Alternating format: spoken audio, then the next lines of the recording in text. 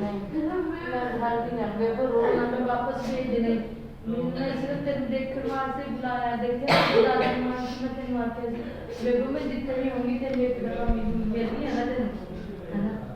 देखा ना मैं जितना भी बस सही है ना मैं मगर आपने पूरी इतनी गाल कह दे जिन्होंने मेरा इतना ख्याल किया उन्होंने खाली कुरान पाक लेके गया गलत की थी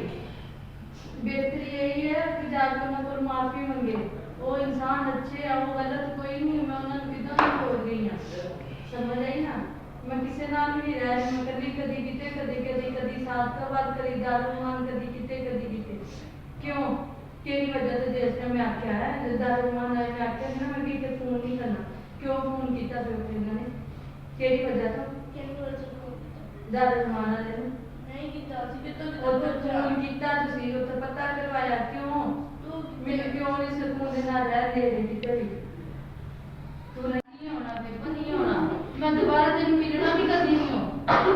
समझ आई मैं नहीं मिलना दोबारा याद रखी तू रोला जितना रोना